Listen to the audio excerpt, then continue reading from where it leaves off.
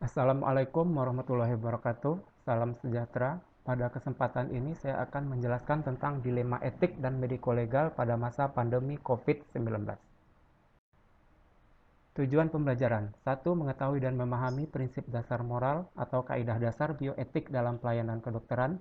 2. Mengetahui dan memahami dilema etik pada penanganan kasus COVID-19 dalam keterbatasan sarana dan prasarana seperti ketiadaan alat pelindung diri atau APD, keterbatasan ventilator, dan lain sebagainya.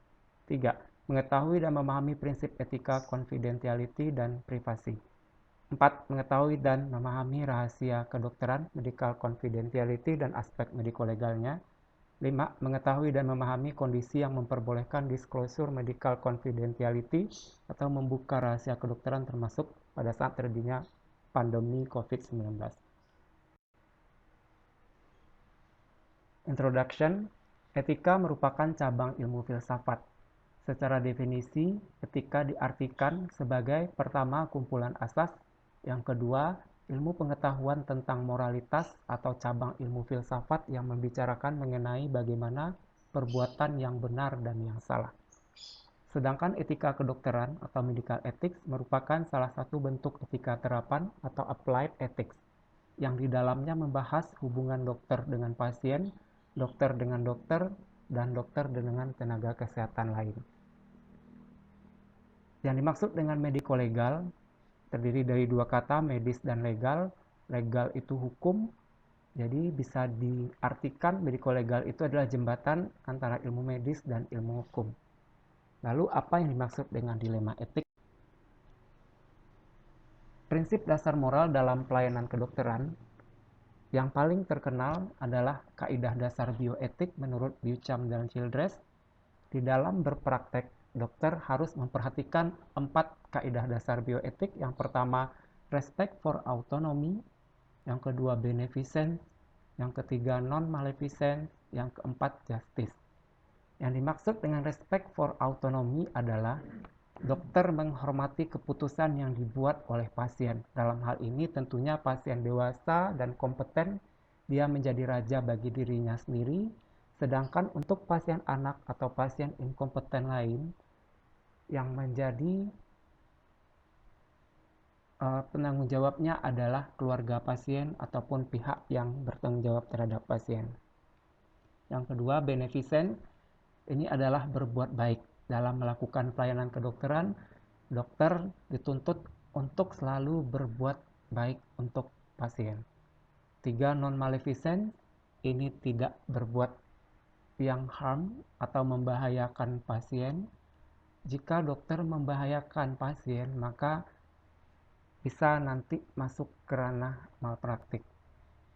Kemudian justice, ini yang keempat, ini artinya adil. Dalam melakukan pelayanan, dokter tidak membeda-bedakan pasien.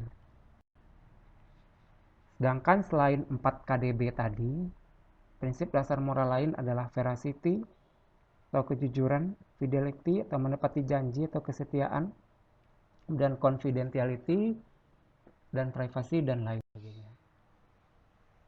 Kapan dilema etik itu terjadi?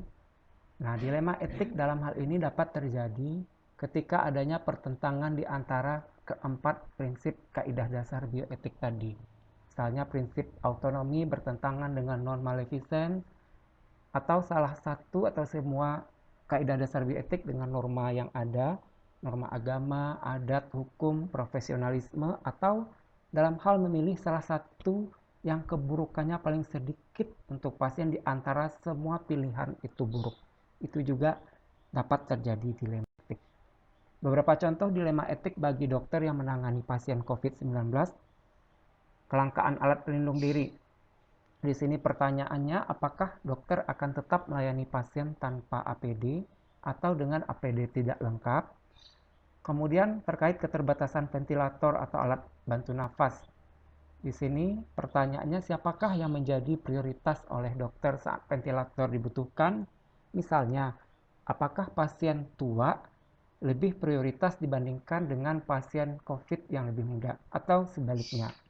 Ini yang biasanya menjadi dilema etik bagi dokter yang merawat pasien COVID-19.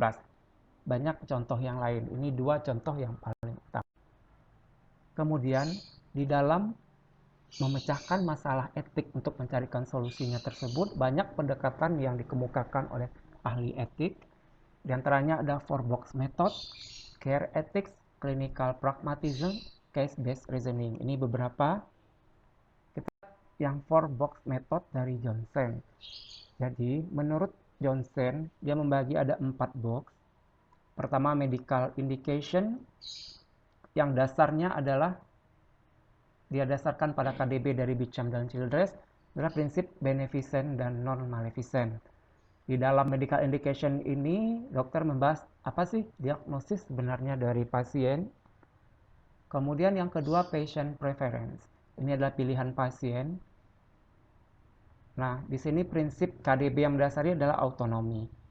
Jadi, ini terkait terapi atau tindakan medik yang akan dilakukan oleh dokter terhadap pasien, dibicarakan dengan pasien. Jika pasien itu kompeten dewasa, maka keputusan berada di tangan pasien dan dokter akan menghormatinya.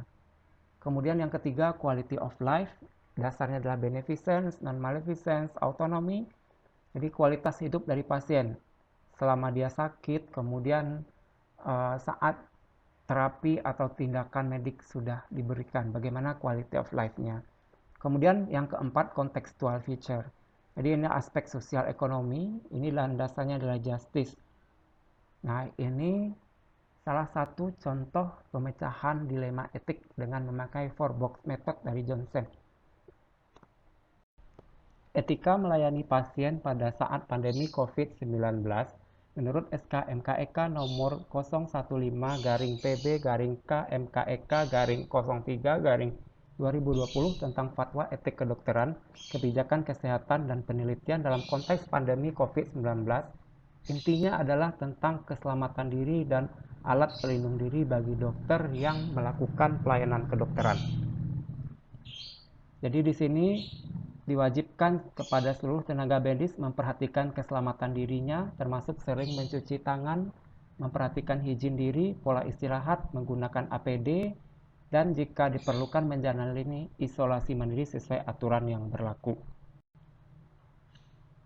Ini di sini dijelaskan kewajiban untuk dokter selama pandemi COVID-19 ini. Intinya adalah memakai APD untuk keselamatan diri dokter.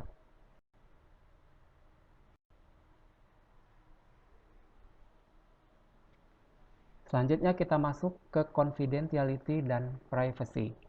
Untuk istilah confidentiality berasal dari kata bahasa Latin con yang artinya dengan dan fidere artinya kepercayaan. Jadi secara harfiah dapat diartikan confidentiality tersebut dengan kepercayaan atau menjaga kepercayaan. Kemudian privacy berasal dari kata bahasa Latin privatus berupa kata benda, sedangkan kata kerjanya privare yang secara hurufiah berarti mengambil atau menyingkirkan diri dari urusan publik. Nah, yang masuk dalam ranah confidentiality dan privacy dalam hal ini dalam hal pengumpulan data atau informasi dari pasien, masalah penyimpanan data atau informasi tersebut, dan penggunaan data atau informasi tersebut. Definisi rahasia kedokteran. Menurut PP nomor 10 tahun 1966 tentang wajib simpan rahasia kedokteran. Yang dimaksud dengan rahasia kedokteran adalah segala sesuatu yang diketahui oleh tenaga kesehatan, mahasiswa kedokteran, murid yang bertugas dalam lapangan pemeriksaan, pengobatan dan atau perawatan, dan orang lain yang ditetapkan oleh Menteri Kesehatan. Sedangkan menurut Undang-Undang nomor 44 tahun 2009 tentang rumah sakit, pasal 38, rahasia kedokteran ialah segala sesuatu yang berhubungan dengan hal yang ditemukan oleh dokter dan dokter gigi dalam rangka pengobatan dan dicatat dalam rekam medis yang dimiliki pasien dan bersifat rahasia. Menurut Peraturan Menteri Kesehatan nomor 36 tahun 2012 tentang rahasia kedokteran, yang dimaksud dengan rahasia kedokteran adalah data dan informasi tentang kesehatan seseorang yang diperoleh tenaga kesehatan pada waktu menjalankan pekerjaan atau profesi. Landasan etik rahasia kedokteran. Pertama adalah Deklarasi Jenewa, kemudian International Code of Medical Ethics, kemudian Deklarasi Lisbon, kemudian di Indonesia ada Kode Etik Kedokteran Indonesia yang menyatakan setiap dokter wajib merahasiakan segala sesuatu yang diketahuinya tentang seorang pasien, bahkan juga setelah pasien meninggal dunia. Lalu juga di dalam Sumpah Dokter Indonesia yang berbunyi, saya akan merahasiakan segala sesuatu yang saya ketahui karena keprofesian saya. Kemudian UNESCO di dalam Universal Declaration on Bioethics and Human Rights artikel 9 juga menyatakan tentang confidentiality atau etik rahasia kedokteran. Landasan hukum rahasia kedokteran, Undang-Undang Nomor 29 Tahun 2004 tentang praktik kedokteran, Undang-Undang Nomor 36 Tahun 2009 tentang kesehatan, Undang-Undang Nomor 44 Tahun 2009 tentang rumah sakit, kemudian KUHP Pasal 322 dan Peraturan Menteri Kesehatan Nomor 36 Tahun 2002 tentang rahasia kedokteran Pasal 4 Ayat 1. Lalu yang termasuk ruang lingkup rahasia kedokteran menurut PMK Nomor 36 Tahun 2012 Pasal 3 Ayat 1, identitas pasien. Kemudian kesehatan pasien meliputi hasil anamnesa, pemeriksaan fisik, pemeriksaan penunjang, penegakan diagnosis, pengobatan dan atau tindakan kedokteran. Itu juga dengan hal-hal lain yang berkenaan dengan pasien. Lalu siapa yang diwajibkan menyimpan rahasia kedokteran? Nah, berdasarkan PMK nomor 36 tahun 2012 pasal 4, ada dokter, dokter gigi, tenaga kesehatan lain, pimpinan fasilitas pelayanan kesehatan, tenaga yang berkaitan dengan pembiayaan pelayanan kesehatan, tenaga lain yang punya akses terhadap data dan info kesehatan terhadap pasien di Fasiankes, kemudian badan hukum atau korporasi dan atau Fasiankes, kemudian mahasiswa atau siswa yang bertugas dalam pemeriksaan, pengobatan, perawatan dan atau manajemen info di Fasiankes. Nah, kesimpulannya secara etika maupun secara hukum, maka wajib simpan rahasia kedokteran bagi dokter ya, kalau kita sebagai dokter nanti. Kemudian kita tahu bahwasanya dalam pelayanan kedokteran ada 3 dimensi yang saling berkaitan. Yang pertama dimensi etika. Jadi hubungan dokter pasien menurut etika ini adalah sesuai dengan prinsip fiduciary relationship. Ini adalah prinsip kepercayaan. Kemudian menurut disiplin, hubungan dokter pasien itu akan terjadi di bawah yang namanya profesional. Jadi dokter dalam melayani pasien itu harus taat kepada peraturan yang telah dibuat. Kemudian dari dimensi hukum, hubungan dokter pasien itu adalah bahasa hukumnya inspanning verbintenis, artinya ini perikatan dalam hal berikhtiar.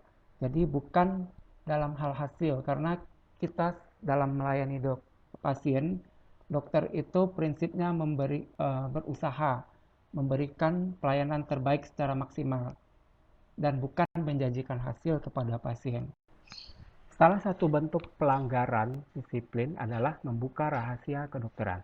Ini sesuai dengan Peraturan Konsil Kedokteran Indonesia Nomor 4 Tahun 2011 tentang disiplin profesional dokter dan dokter gigi.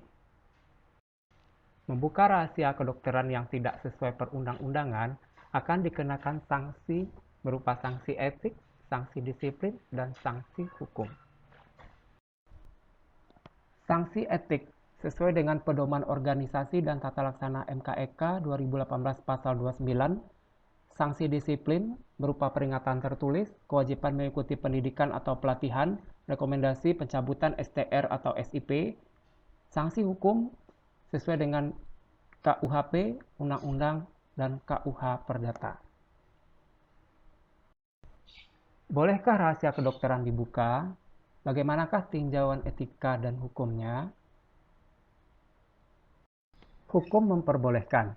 Ini sesuai dengan Undang-Undang Nomor 29 Tahun 2004, Undang-Undang Nomor 36 Tahun 2009, Undang-Undang Nomor 44 Tahun 2009.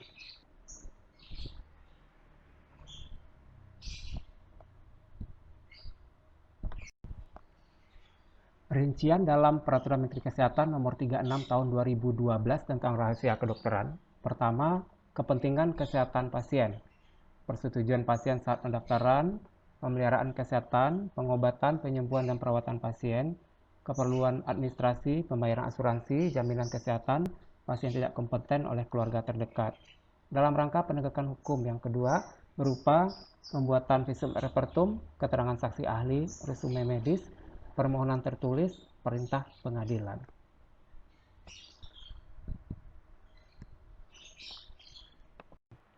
Kemudian atas permintaan pasien, pemberian data atau info secara lisan atau tertulis, keluarga dekat dapat memperoleh informasi kecuali pasien menolak. Penolakan diberikan saat penerimaan pasien. Kemudian berdasarkan perundangan, di sini penegakan etik atau disiplin dengan permintaan tertulis MKEK atau MKDKI. Dan untuk kepentingan umum, di sini untuk kepentingan umum salah satunya dalam kondisi ancaman wabah. Nah, bagaimana menurut etik? Apakah tujuan dokter melakukan praktek kedokteran? Itu pertanyaan pertama. Kalau kita tinjau dari segi etik, tentunya ini dalam rangka menciptakan bonum commune atau common good atau kesejahteraan bersama. Pertanyaan keduanya, apakah bentuk praktek kedokteran tersebut? Nah, kita tahu bentuk praktek kedokteran itu berupa anamnesis, pemeriksaan fisik, pemeriksaan penunjang, diagnosis, dan terapi. Dari sini timbul rahasia medis. Nah, mengapa rahasia pasien itu harus dijaga? Nah, tentunya untuk mendapatkan kepercayaan pasien. Jika informasi yang didapatkan dalam praktik kedokteran tadi dianggap oleh dokter dapat membahayakan orang lain atau masyarakat, maka dalam hal ini istilahnya mengganggu bonum commune atau common good atau kesejahteraan bersama, maka diperbolehkan untuk membuka rahasia kedokteran. Lalu siapa yang membuka dan kepada siapa? Jadi tentunya siapa yang membuka rahasia kedokteran adalah dokter penanggung jawab pelayanan atau DPJP, pimpinan fasilitas pelayanan kesehatan jika DPJP-nya tidak ada, kemudian ketua tim bila perawatan dilakukan oleh tim, kemudian anggota tim bila ketua tim tidak ada. Lalu kepada siapakah rahasia tersebut dibuka? Tentu tidak untuk semua orang. Rahasia kedokteran dibuka dalam hal ini atau dalam hal pandemik COVID-19 contohnya kepada pihak yang berwenang menangani masalah kesehatan.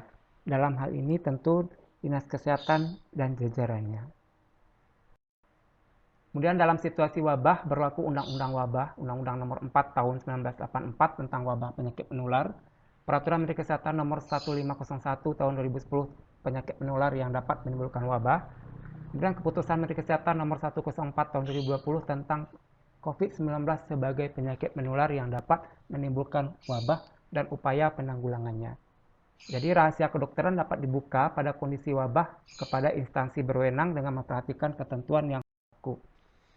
Di sini menurut SK MKEK nomor 015-PB-KMKEK-03-2020 bahwasanya rahasia kedokteran pada pasien COVID-19 identitas pasien atau orang dengan maupun tanpa gejala klinis dengan diagnosis positif COVID-19 kasus konfirmasi pada prinsipnya tetap harus dilindungi. Dalam keadaan tertentu dapat dibuka sebatas inisial nama, jenis kelamin, status kesehatan singkat, apakah meninggal, apakah klinis kritis berat atau apakah sembuh, usia dan kronologi terbatas hanya yang relevan dengan penularan. Misalnya penjabaran lokasi potensi penularan dengan maksud menjadi kewaspadaan publik dan penelusuran kontak dalam penyelidikan epidemiologis. Adapun informasi klinis terperinci, penyakit penyerta dan tata laksana sebaiknya tidak dibuka. Pengecualian hanya dapat dilakukan sesuai ketentuan peraturan perundang-undangan yang berlaku, termasuk antara lain menyangkut membuka nama pejabat publik dan nama tenaga medis serta tenaga kesehatan yang menjadi korban untuk kemudian diberikan penghargaan oleh dunia profesi kedokteran dan negara.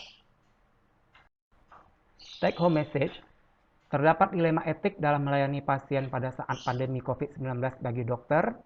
Sikap dan tindakan dokter harus memperhatikan keselamatan diri, pasien, dan komunitas. Ditinjau dari sisi etik, hukum, dan disiplin, dokter berkewajiban untuk menyimpan rahasia kedokteran pasien. Ada situasi tertentu yang memperbolehkan dan mewajibkan dokter untuk membuka rahasia kedokteran.